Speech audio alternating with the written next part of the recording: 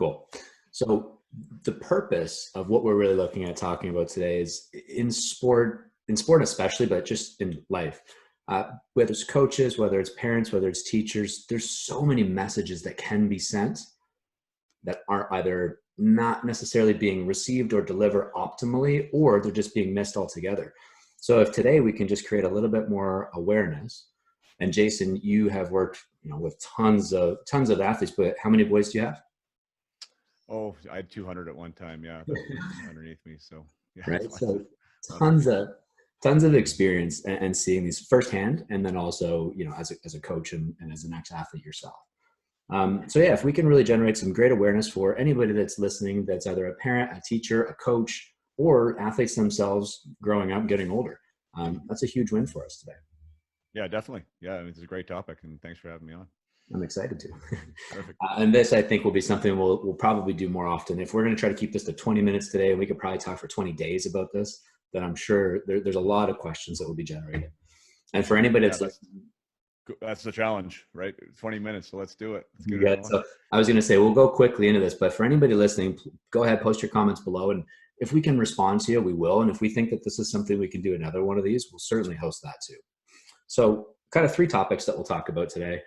The main one is just really simple to kind of get on the topic of what are some of the main messages that you are seeing sent, delivered, received, etc. But we'll speak sports specific. What are some of the messages that you see being sent? Well, that's a great place to start, really, and I think that is maybe where a lot of it's missing is what it is we're trying to accomplish. Like, what is the priority of sport? Uh, to me, and I mean, I'm a high performance coach. Like, I want people to dream big and aspire big and to have big goals and big dreams, and I help people do that. But when we're talking about sport in general, I think we get lost in that high performance aspect, that everyone is on this trajectory to be something. And I think when we start worrying about the result of that sports is now a platform to get someplace, in like the physical world or some career or something, that's when we lose the opportunity to coach character. And I think that's what the priority of sport should be. And I think that's what the messaging should be, is coach the person, not the player. That's what I talk about all the time, is coaching the person and not the player. And I think when we do that, when we keep that in perspective, that becomes a relationship-based scenario. And you can't get a message unless you trust the person, believe in the person, and think that they have their best interest at heart. So for me, when I work with people, number one is building a relationship all the time, and I try and work on the level of the person and not the player. I love that you identify person, player, and when we really dive down, and we won't have the time to talk about identity today, but really quickly, if you think player versus person, person is humanistic, player is sport or a part of that. It's a part of the identity. But if we speak player, player, player, player, player, we don't speak person, we lose such an ability to create that connection. And we'll save the kind of the problem areas for topic number two. But you nailed it. Yeah, I mean, there are the purpose of the messages that are being missed. There's so many that we could be sending out, but really it's the messages that are being sent in sports, like feedback on correcting exercise or correcting a mistake that they made. But so often messages in general just seem to be coming from a negative place, right? Or Right. often we hear these messages and then it becomes this negative connotation when there could be, hey, I caught you doing something amazing. Like that was a great play. And oh my gosh, the kid looks up to the coach and says, thank you. And could you imagine how excited he'd be for the coach's next comment? And if it's not great, it could still be received very well just because of the rightness. So yeah, I think the platform, or like the stage with which you set, and we talk about culture a lot with the guys that I work with, and even like the teams that I create, is what are we about and what are you about as an individual. I think you have to set that standard first, whoever it is that you're working with. And again, that's part of the relationship, because people do have a different end game, whoever that is, right? And their investment and their commitment is going to be different with that. So if you have this baseline of like, yes, the person wants to exceed or wants to excel or wants to improve, anyone in sport will generally answer that question, that yes, they do. That's a positive, that they want to do that. Then you now have this context to provide feedback, and that's your baseline to go back from, right? So you're building that trust, and that you're not doing anything bad. This is a positive thing to help you get to where you want to go. So anytime I'm speaking with you, good, bad, or indifferent, and I'll try and definitely mix in a lot of positives there too. But when you hear something that's perceived as necessarily negative, it's actually a growth mindset opportunity to get better. And that's another thing that we talk about a lot. So just understanding that growth mindset philosophy, that this is an opportunity. And when you can understand that there are opportunities, it's received a lot better. 100%, 100%. So I think that that really covers there's a lot of messages that can be sent. Literally every communication in sport can be an opportunistic point for message, either on the individual side to receive that message, oh, what's really happening here? Or on the delivering side of what's the real goal we're trying to accomplish here? What's the best way to deliver this message and go about it? Yeah, I love that aspect, because when you're on the same side as your client, and like I'm helping you get to where you told me you want to get to, not necessarily where I told you you're supposed to be, and then now we're doing this together, they perceive that as being a team scenario, as opposed to that traditional bridge between athlete and coach, right? There's this big divide. Like when you can narrow that bridge, do the best you can as a coach or a parent, to narrow that divide and feel like you're on the same team together, I think that does a lot for the acceptance of what the feedback is or whatever the message is, and also the implementation of what that is. Definitely. And I think this kind of really parlays into that second topic we wanted to talk about, is what are the biggest problems that we're seeing, or some of the common problems. I think we've kind of touched on it. So as far as like context is one of them. Giving a message. It's like if you're trying to deliver a message to the entire team, but you have two people's attention, the context and content will be offset there. So we have to understand how is this message being delivered, how is it being received, what's the purpose, what's the connection, all that stuff. And so what would you say, if we were to clarify maybe two or three of the most common problems that you're noticing, and even if it kind of connects to some of the stuff we just talked about, the first topic, what would you say are the things that come to your mind? Well, a big word that I would say, I mean, in a parent group or in a group of coaches, if I was coaching coaches, would be, again, getting back to culture, but it's the psychological safety of the athlete.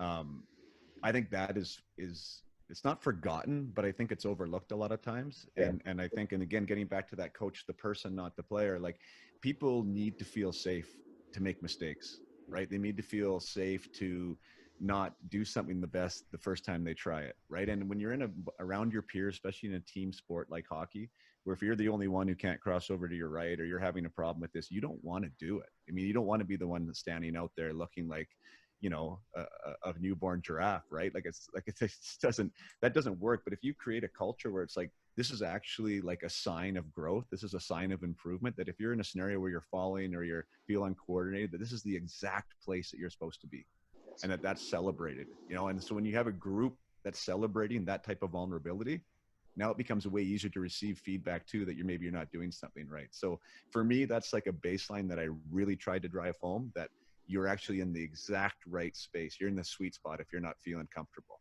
Right. And if everyone around you is seeing that, there's no finger pointing, and we're embracing, we're clapping our sticks when somebody falls or whatever the case may be, then it's a way easier environment to learn and improve. 100%. And I love that you said, the psychological safety or the mindset, and just feeling secure that if you make a mistake, you're not going to get necessarily punished. The other side of that, and it's still a part of the message, is we want to understand there's degrees of freedom there. So if you're constantly making the same mistakes over time and you're not really learning, that's on you as the individual, whether that's a young athlete or an adult or parent, etc. And so there, yeah, we have to have that circle of safety, is what we'll call it in our business terms. Same idea, is that ability to feel vulnerable, and that vulnerability to say, I'm going to go here, and if I make a mistake, that's okay, because I know my team's got me. And then it's the opportunity. Every mistake is an opportunity to develop, as long as we see it that way. Yeah. And so I mean, that distinction I think is important, because when I was talking about it, I was thinking in my head, this is a skill-based thing that I'm talking about, right? Like they're learning a new skill, or they're trying to get better at a skill. Now, if I would parlay that into me being a coach behind a bench on a hockey team, and and they keep making the same mistake, which is, let's say, turning the puck over the blue line, right, in an area that's tight for space, and now this is resulting in a transition going back the other way. And that's something that I've said again and again to that player, that is not the same thing to me, right? Like that's not the safe place to make a mistake. That's where now I need, and I think that's part of the problem too, is with coaches, we don't know how to help athletes implement what we're telling them. Right. So the implementation of that idea of me saying to a kid, and I'll use that same example, is you can't turn the puck over the blue line when there's a tight gap. You need to get that puck in and make the defenseman turn.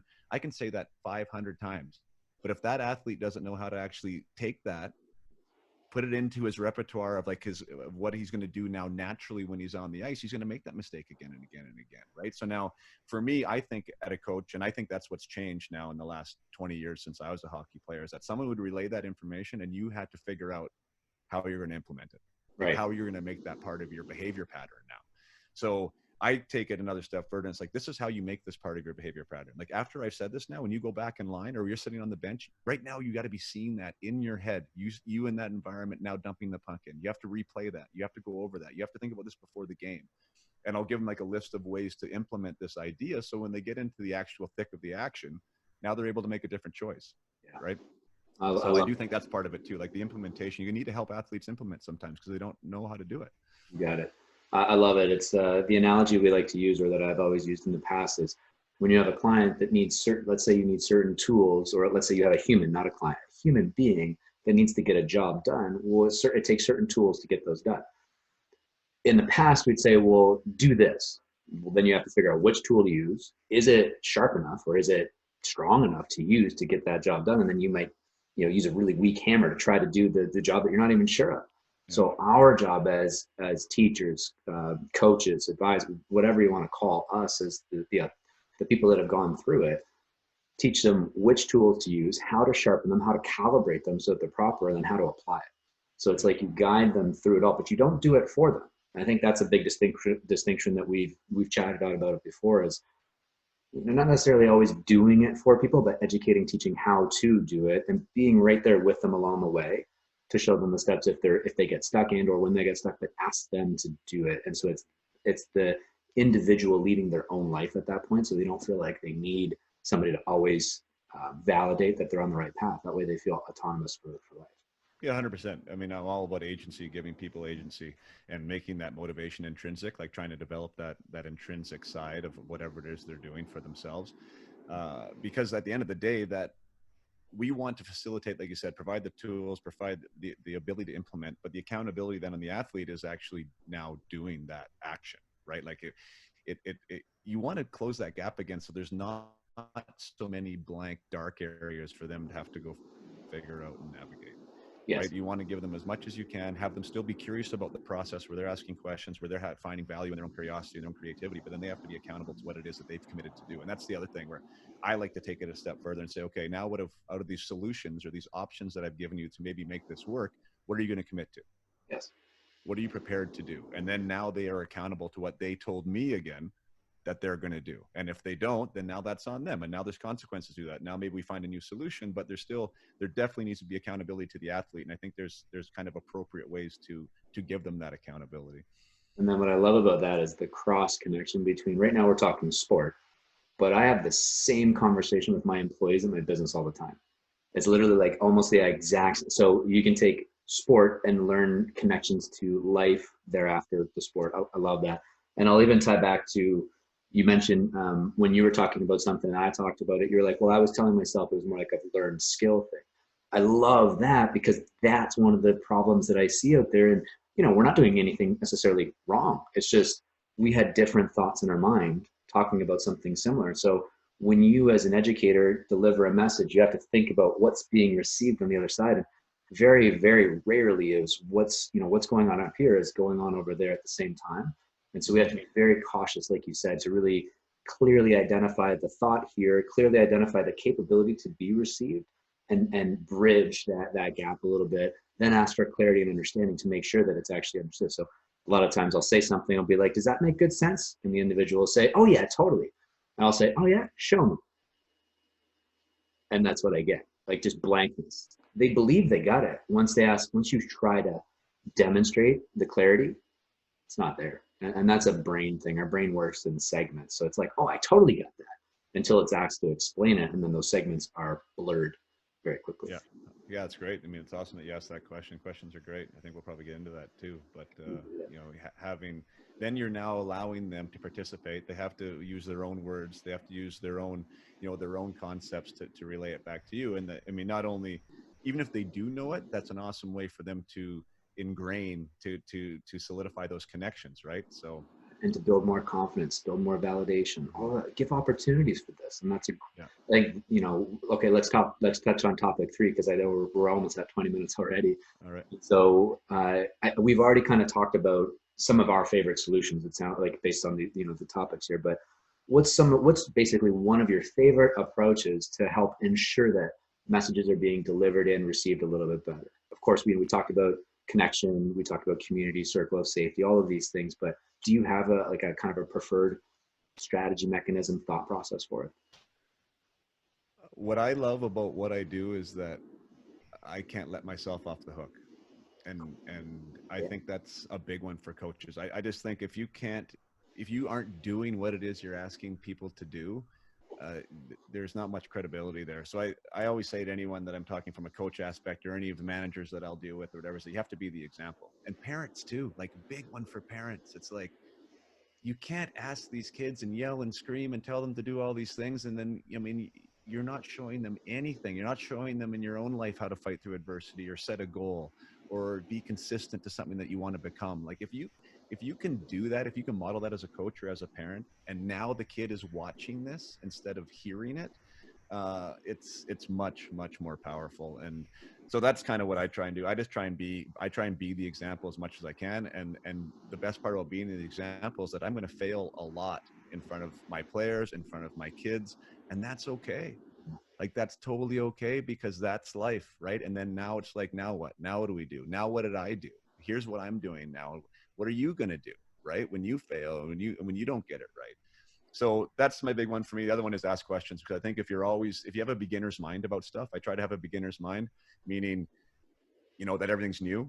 As soon as you think you got something figured out, I mean, that's the death of whatever it is you're trying to do. So I try to ask a ton of questions. And in doing that, again, I think I'm being the example. Asking questions, being curious, then enables your clients and your team or your workforce members, whatever, to be curious as well, and to always ask their own questions and stay engaged. Demonstrating that vulnerability, right? That you're like, hey, look, like I'm going to make mistakes. Life gets tougher as you get older. It just is. And I mean, if you're getting successful, every day that you're more successful, the next day's harder, because there's new levels of stuff that you've never experienced before. And so, yeah, every day is an opportunity, and every day is a fun challenge, no matter where you are, if you look at it that way. And so, yeah, I would kind of echo a very similar thought process on like my favorite strategy. And this one is, we were made with 2 eyes, we were made with 2 ears, and with 1 mouth.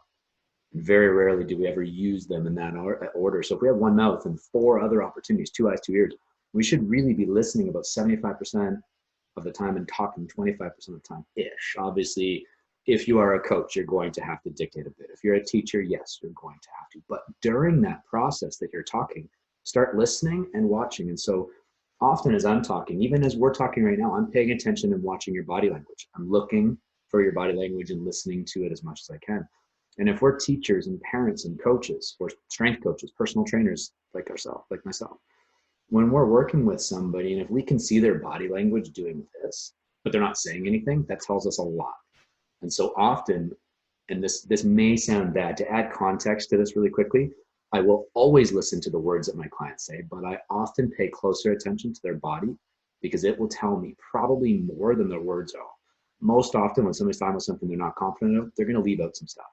But when their body shifts and they kind of pause, it's pretty clear to say, well, there's probably something missing there. My job is now to start asking more questions and digging into that. And so if we can look more and listen a lot more, we can learn a heck of a lot more about what's going on, so we can deliver significantly more ready lessons. So something that's ready to be absorbed at that point. Yeah, no, that's beautiful. That's great. I totally agree with that. Getting your client in whatever client, insert client for child, insert client for athlete, insert, whatever word you want to use there. But we can't just be talking all the time. That's the least effective way to communicate, in my opinion. So as we're doing this talking. Yeah, it fully is, right? There's obviously value there, 100%. There's value, but if you can combine, like you're saying, the ears, the eyes, and make it more about the client being involved in the process as being told, right. That's you're going to be way more successful. Absolutely. No, this is awesome stuff. We've already been 20 minutes. I know we could talk right? for a super long time. Hopefully we can get that Facebook Live stuff working out so we can do this again in the future. Right. Or if, if people have questions about anything we talked about or stuff we didn't talk about, go ahead, post these down below. These would be fun things for us to talk about, fun things for us to deliver messages on that can help out quite a few people.